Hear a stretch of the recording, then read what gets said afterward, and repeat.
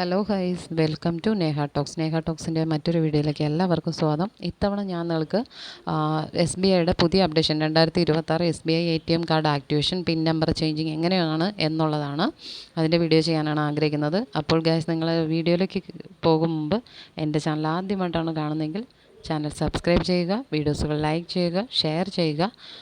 കൂടാതെ നിങ്ങളുടെ വിലയേറിയ അഭിപ്രായങ്ങളും നിർദ്ദേശങ്ങളും കമൻറ്റ് ബോക്സിൽ അറിയിച്ചാൽ മതി. അപ്പോൾ നമുക്ക് വീഡിയോയിലേക്ക് പോകാം.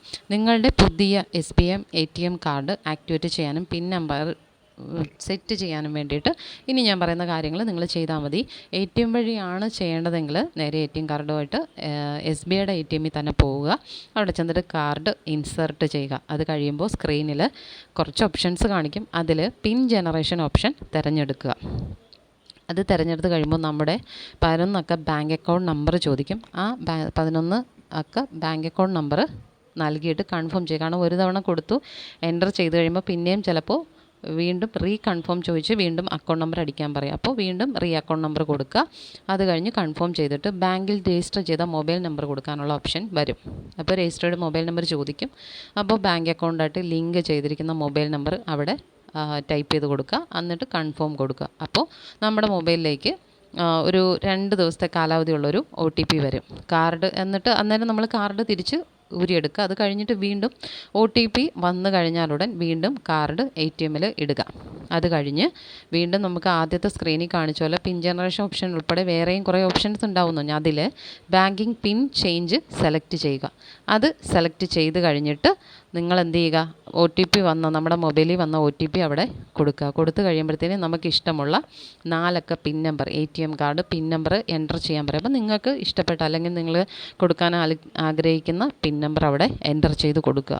ഓക്കെ, അത് വീണ്ടും എൻ്റർ ചെയ്യാൻ പറയും പിൻ നമ്പർ രണ്ടാമത്തെ സ്ക്രീനിൽ. അപ്പോൾ അവിടെ വീണ്ടും അതിൽ നിങ്ങൾ പിൻ നമ്പർ എൻ്റർ ചെയ്ത് കൊടുത്തു കഴിയുമ്പോൾ സക്സസ്ഫുള്ളി എന്ന് പറഞ്ഞിട്ട് മെസ്സേജ് വരും. നിങ്ങളുടെ ഫോണിലേക്കും ഒപ്പം ആ സ്ക്രീനിലും കാണിക്കും. അപ്പോൾ ഇതുകൊണ്ട് ATM വഴി കാർഡ് ആക്ടിവേഷൻ കഴിഞ്ഞു. ഇനി SMS വഴിയാണ് ചെയ്യുന്നതെങ്കിൽ നിങ്ങളുടെ രജിസ്റ്റർ ചെയ്ത മൊബൈൽ നമ്പർ ബാങ്ക് അക്കൗണ്ടായിട്ട് ലിങ്ക് ചെയ്ത മൊബൈൽ നമ്പറിൽ നിന്ന് പിൻ സ്പേസ് കാർഡിൻ്റെ അവസാന 4 അക്കം നമ്മുടെ കയ്യിലുള്ള ATM കാർഡിൻ്റെ അവസാന 4 അക്കവും പിന്നെയും സ്പേസ് പിന്നെ അക്കൗണ്ട് നമ്പറിൻ്റെ അവസാന 4 അക്ക നമ്പറുകളും കൂടെ ടൈപ്പ് ചെയ്യുക.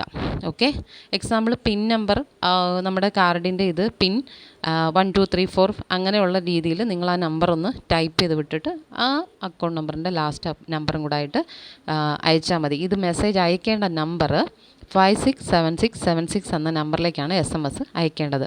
അങ്ങനെ നമ്മൾ അയച്ചു കഴിഞ്ഞിട്ട് ഒരു 48 മണിക്കൂറിനുള്ളിൽ ഒരു 48 മണിക്കൂർ മാത്രം വാലിഡിറ്റി ഉള്ള ഒരു താൽക്കാലിക OTP ഫോണിൽ വരും.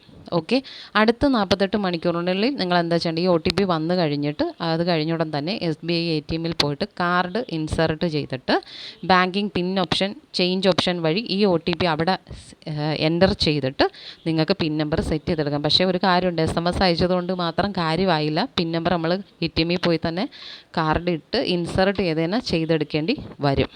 ഇനി അടുത്തൊരു ഓപ്ഷൻ ഉള്ളത് യോനോ ആപ്പ് വഴിയാണ്. യോനോ SBI ആപ്പ് വഴി ഇൻസ്റ്റാൾ ചെയ്തിട്ട് അതിൽ ലോഗിൻ ചെയ്തിട്ട് കാർഡ് എന്ന ഓപ്ഷൻ ഉണ്ട്. ആ ഓപ്ഷൻ എടുക്കുമ്പോൾ മൈ ഡെബിറ്റ് കാർഡ് എന്നൊരു ഓപ്ഷൻ കിട്ടും.